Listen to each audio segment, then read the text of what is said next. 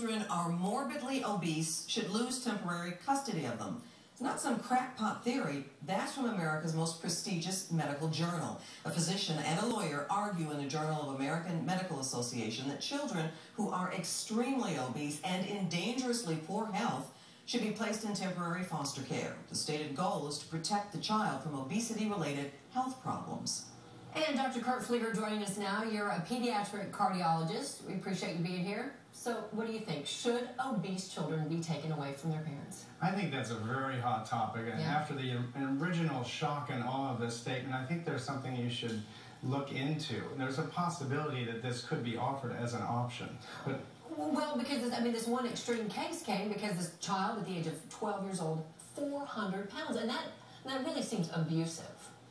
It does seem abusive, but sometimes parents don't know any better. And I think that the opportunity to teach parents in the pediatric office setting or the cardiology office setting is very important, and I don't think we do that enough. So it's about education and teaching the parents, but you know, kids a lot of times they're the ones suffering for the parents not knowing, and that's really scary. It is. That's very scary. However, you should learn about this and think that maybe a mentoring opportunity where the children can go to another home, for instance, and see the way other families live and eat, much like kids that might go to a mission trip, would see the way other people live and come back, and maybe their life has been changed forever. Well, I guess too, because if you do think about this, really, who should be in charge? Is it the doctors? Is it the state? Is it a neighbor who calls police, calls 911, says, hey, my neighbor next door, kid's getting a little heavy? I mean, really, where do you draw the line? Yeah, that's really tough. And the article was labeled state intervention in life-threatening childhood obesity, and that's scary. I'm not a fan. I don't think any doctor is a fan of the state telling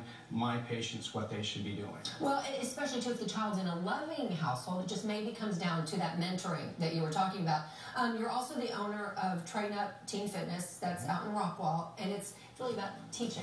It's about getting these kids healthy. Tell us about it. Absolutely. We run a physician-oriented weight loss program where kids actually come in and we have a nutritionist teach them every week. We have personal trainers work with them. We do cardiology stress testing, and we teach them exercise.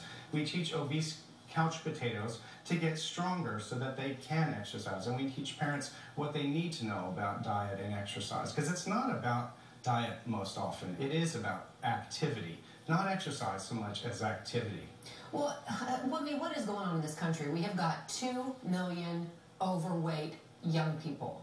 I mean, don't the parents realize that they are setting their kids up for oftentimes a lifetime of health issues and a very difficult time in life? What do we need to do? I mean, what can we do to let parents know what's happening? We need to keep chipping away at this. We need to keep trying to turn the battleship. It's very difficult to turn the battleship around. But we're making some strides, I think. And people like what we're doing at Train Up Teen Fitness to direct a new way of accomplishing medical therapy, which hasn't been done before.